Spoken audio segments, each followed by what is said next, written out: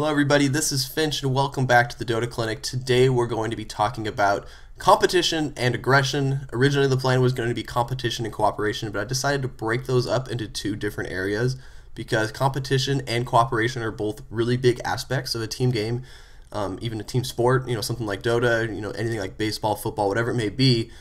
It is a team aspect, but also it is very competitive.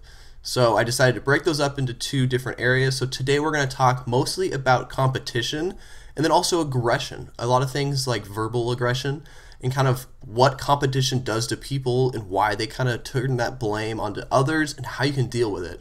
And I felt like this was a really big, really important topic that is something that continuously comes up into games such as Dota and such as League of Legends, where they're known as very competitive, high-skilled games, but then at the same time, they're also known for their very toxic, angry community, and it kind of drives a lot of people away, and it just looks bad on everybody who's a part of that community.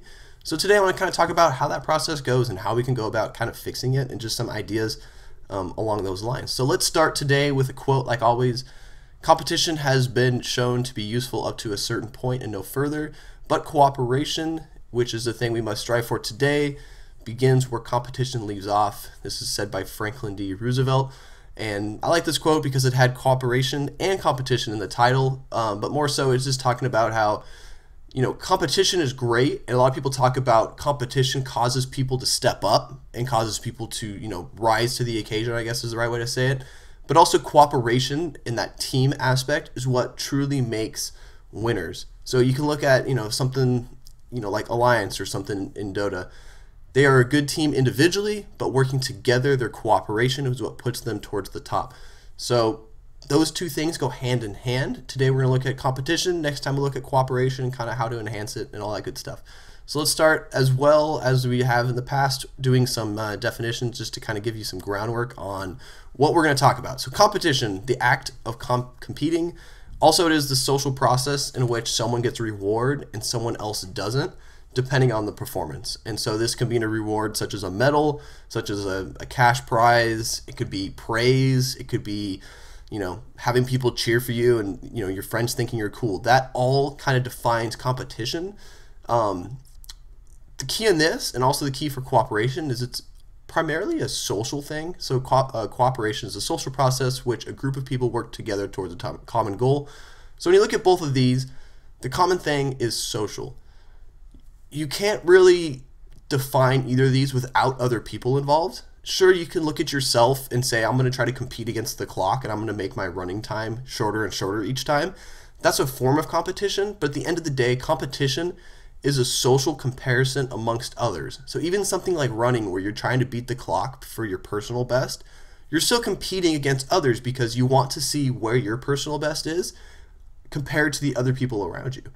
So in a team game like this, you're competing to win the game, but you're also competing to be, the best on your team, the MVP for your team, whatever it may be. You're comparing yourself to others around you to kind of see where you stand, and that's where the competition begins, and kind of that's the heart of it, is looking at that social comparison.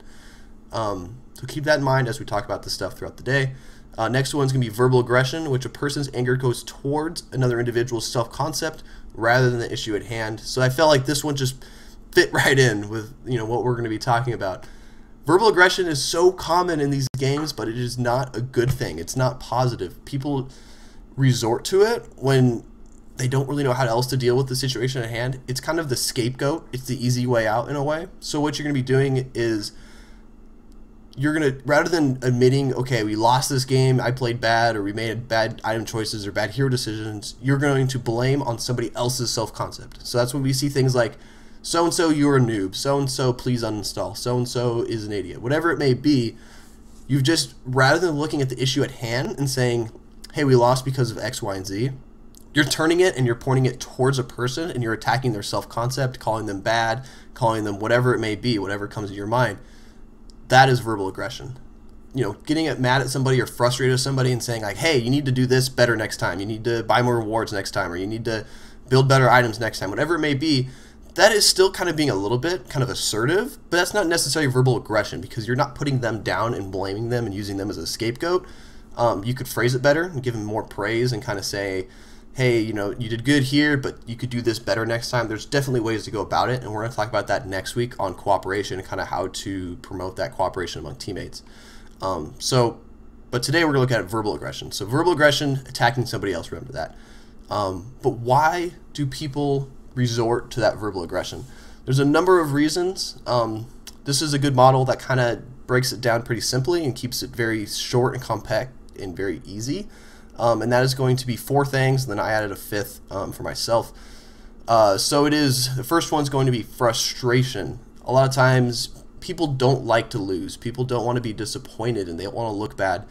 So they get frustrated that they're losing the game, whatever it may be, and then they want to displace that blame somewhere else. So you're sitting down to play a game of Dota. It's going to be an hour. About 30 minutes in, you decide, we're going to lose. We can't come back from that. I'm going to blame this guy on my team because I'm going to displace my anger on him rather than saying, you know what, I didn't really play that well, and it wasn't a waste of an hour because I did learn X, Y, and Z. But you're going to take that blame and you're going to displace it onto somebody else and say, player X, you screwed us up. You're a noob. That is why. So that is that frustration. You're getting upset, and it's just easier to blame somebody else than it is to, just own it. Owning it is really hard, and a lot of people can't do it. Next one is going to be social learning. This one always cracks me up because it is so true, and everybody that's watching this, don't lie. It is true. It's happened to you, and it's going to happen to you if it hasn't yet. Social learning is the aggressive behavior has been learned by other individuals. Everybody has had this happen to them. They've played, Dota or League of Legends, StarCraft, whatever it may be, sports. There's that culture of putting people down and getting angry and getting upset and blaming others. It's not a good culture, but it also is kind of the culture and the nature of things that sometimes you get sucked in. You get sucked into this cesspool of hate and disgust and anger, whatever it may be. You get sucked in because you see that it's okay to do that. You see somebody else yelling at your teammates. Well, you know what? You might lose 4 or 5 games in a row. Now you're going to be that guy yelling at your teammates. Social learning is huge, and it continues to happen. It has a huge impact on just everything in life. You look around you to others, and you see how they react to situations, and more often than not, you're going to look at them and say, hey, they reacted this way, therefore I can react this way. That is okay to do. It's unfortunate, but that's also just human nature and the way things go. The next one is going to be psychopathology. This is going to be when a person attacks someone else because of their unresolved psychological concepts. This one's a little bit more difficult to break down, I guess, just because it is. We're talking about, in this example, over an online game and over the internet. You can't really diagnose people efficiently unless you look at all parts of their life and things of the sort. So I kind of tried to put some little things here on, what these psychological issues could be. It's going to be low self-concept, frustration, anxiety, anger, resentment, and embarrassment. So a lot of these things are issues that happen with the person who's putting out the blame. They're having a bad day, they're feeling angry, they're very anxious because, they want to try to get their MMR to a higher number. They're resenting their teammates because they've lost 4 in a row, and in their mind, they believe that it's the teammate's fault that they've lost 4 in a row. Therefore, they're going to exert their anger and among everybody else.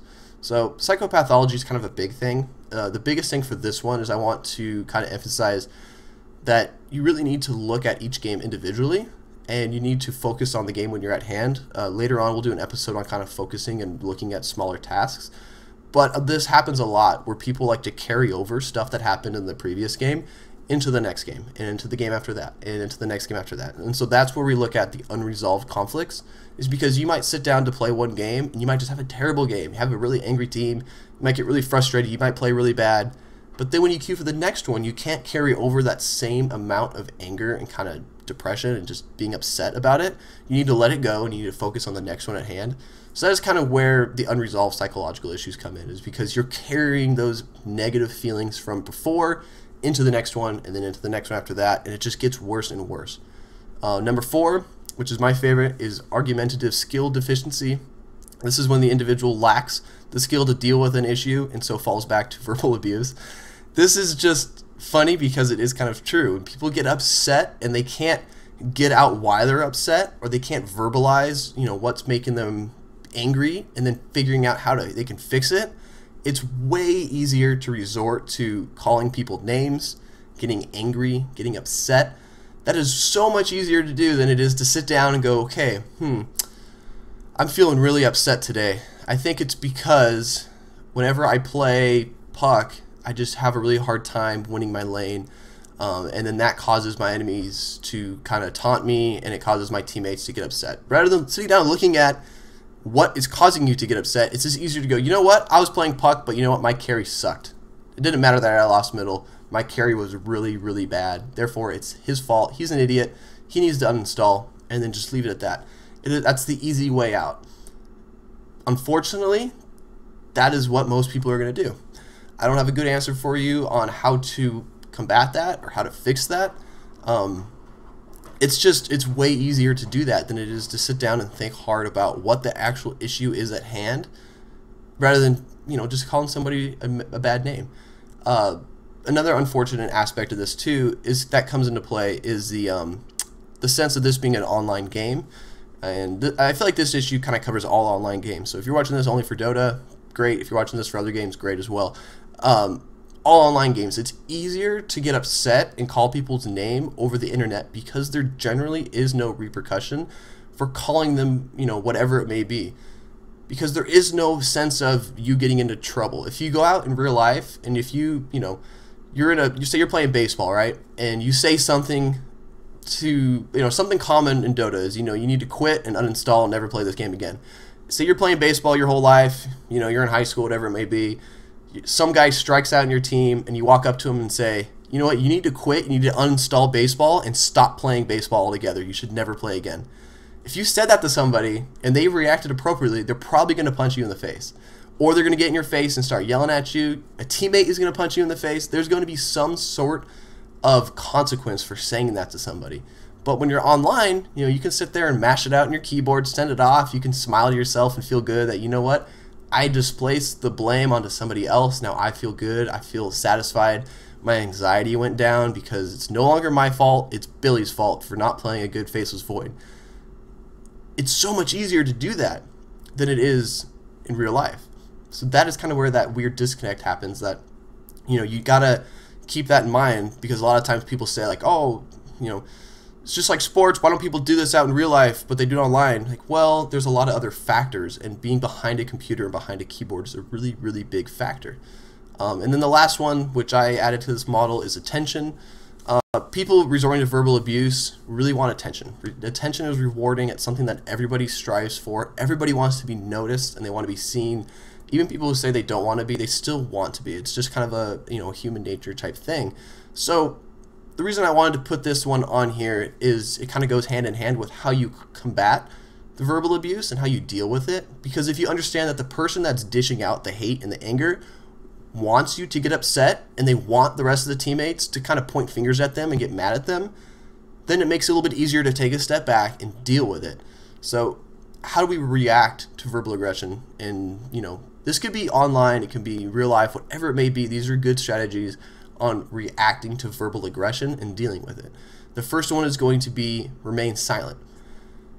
Remaining silent is really good. It's hard, but it's really good because it does not give any reinforcement back to the person that's dishing out the hate and the anger and the insults. We see this happen a lot. If the person sitting there is going like, hey, you suck, you're an idiot, you're the worst, start spamming it all chat, hey, this guy's the worst, isn't he? He's so bad. If no one responds to him, he's going to stop, because there's going to be no reinforcement. No one's agreeing with him. No one is fighting back with him. There is no reason for him to keep spewing his hate because he's not getting anything back. He's generally going to just stop talking. We see this kind of thing that happens in behaviors all the time, and people talk about it, where if some bad behavior is happening, say, I don't know, we'll say someone is, I don't even know a good one. I don't even have a good example for this. Let's say a dog is barking for food. The dog barks, you give it food. The dog barks, you give it food. Well, you just reinforce the fact that if the dog barks, he's going to get fed. Well, if you silence that dog and you extinguish is the proper term for it, that behavior, so the dog's going to bark, you ignore it. The dog barks, you ignore it. The dog barks, you continue to ignore it. Sooner or later, the dog's going to realize, if I keep barking, I don't get anything. And they're going to stop barking. They're going to maybe start licking your leg. They're going to maybe go scratch at the door. Whatever it may be, they're going to realize that barking doesn't get them any reinforcement of what they want. So they're going to stop barking. Same thing for people. Person yells, the person that they yelled at yells back at them. They get in an argument. They get to have fun because they're upset and frustrated about their loss. And now they just displaced the anger and resentment towards the loss towards a different person, and now they're having an argument.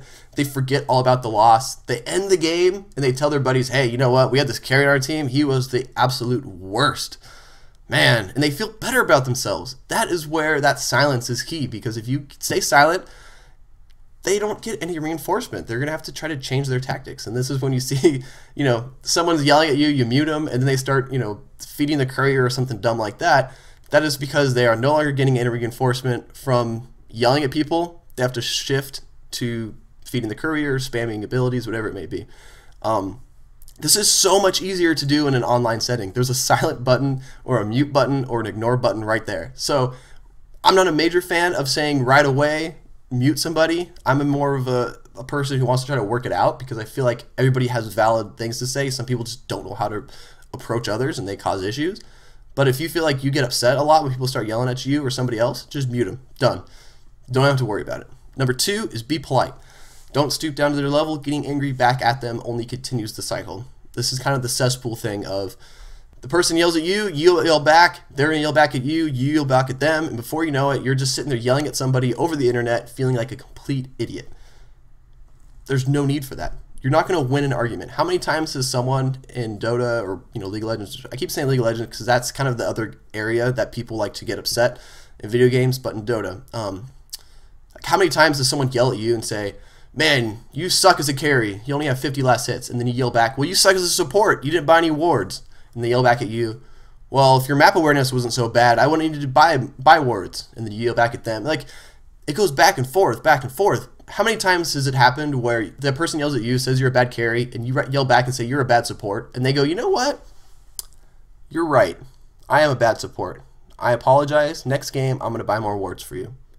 That's never happened, and it's probably never going to happen, because once you get in that cycle of yelling and yelling and yelling, it only gets worse. It escalates.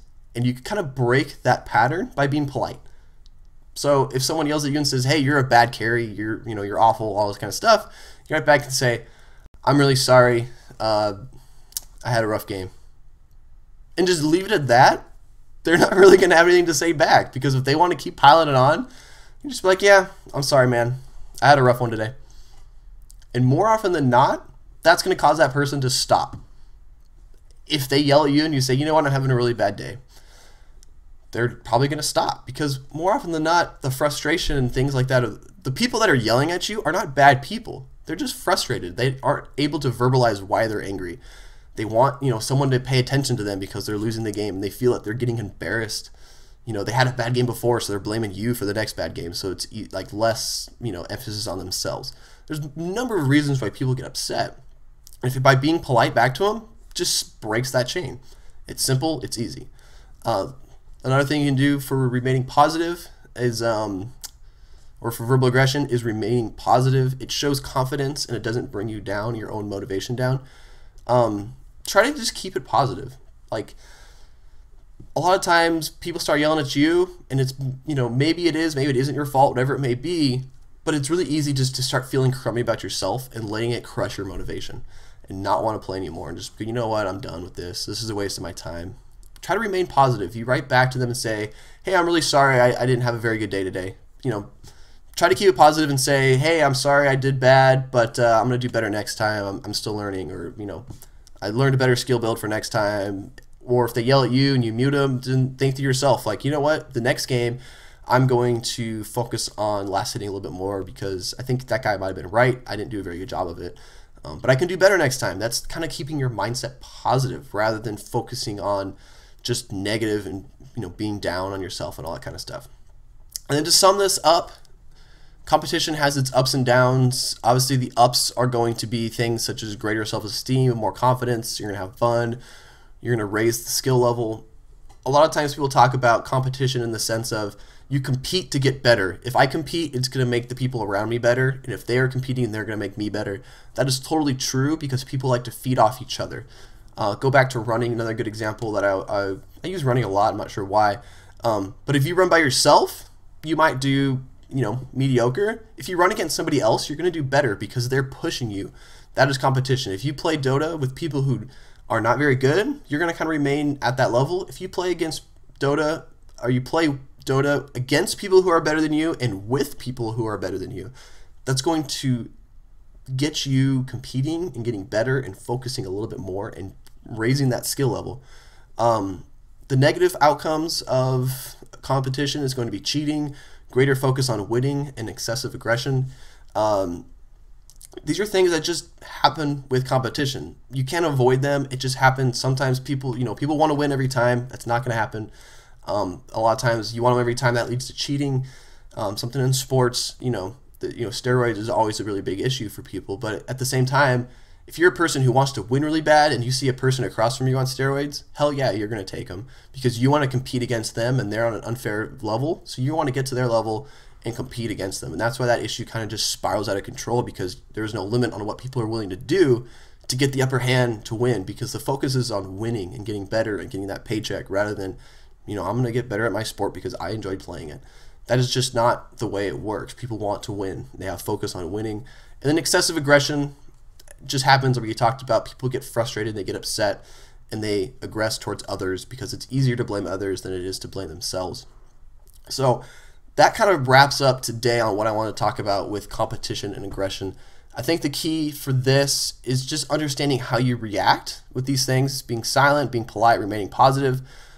All three of these things can totally help you deal with people who are being aggressive. But then also at the same time, I feel that it's really important to emphasize the fact that the people who are being aggressive towards you are not bad people. They're having a bad day. They might get wrapped up into it. They might want to win really bad. They might be embarrassed because they're afraid if they lose this game, their MMR is going to drop below a certain threshold that their friends think isn't cool anymore. There's a number of factors that come in to play when people are being angry and abusive towards others. So just keep those in mind rather than just looking at, he's a bad person. No, they're not a bad person. They might be acting wrongly in this situation, but there's a reason why they're acting wrongly. They're frustrated. They don't know how to verbalize why they're upset. They've seen others do it, therefore they think it's okay to do it, that's the culture of the game. Don't be a part of that culture. Try to break away from it. Try to, remain silent when you need to. Be polite when you need to. Things like that kind of get you out of sync. You can even stand up for your teammates. If the teammate's getting, you have one guy on your team yelling at a different guy on your team, back him up. Be polite and say, hey, Billy's trying really hard. We'll get him next time or something like that. Don't feed the cesspool of hate and continue that vicious cycle of just, this is the way we act and this is how we're going to continue to act. Try to break that chain and break that system. And you'll enjoy the game a lot more if you look at it in this sense. It happens to everybody where you play a game, someone gets upset towards you, you feel really crummy, you turn it off and you leave and go do something else, but you still feel crummy. If you think about it in this sense of, that guy doesn't hate me as a person, he just, hated the game and he didn't know how to verbalize it.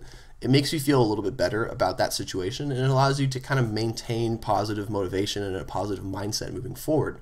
So that is all I got for this. If you guys have any questions, comments, feedback, please feel free to let me know, as well as if you can like and subscribe to this video. That stuff always helps. You can follow me on Twitter over at IndieFinch. That's IndieFinch. I'll put a link in the comments of this video if you can just click it and you can click follow. Until then, I will be back next week with Dota Clinic episode 4, and that is going to be it's going to be cooperation and kind of how to promote cooperation among teammates and why it's beneficial and all that sort of good stuff. I hope you guys enjoyed this episode. Like I said, if you have any questions or topics you want me to hit, or personal situations that happen, just reach out to me and we'll talk about it and we can figure out what you do with it and how you go forward and all that kind of good stuff. So until then, you guys enjoy your week and I'll see you next time.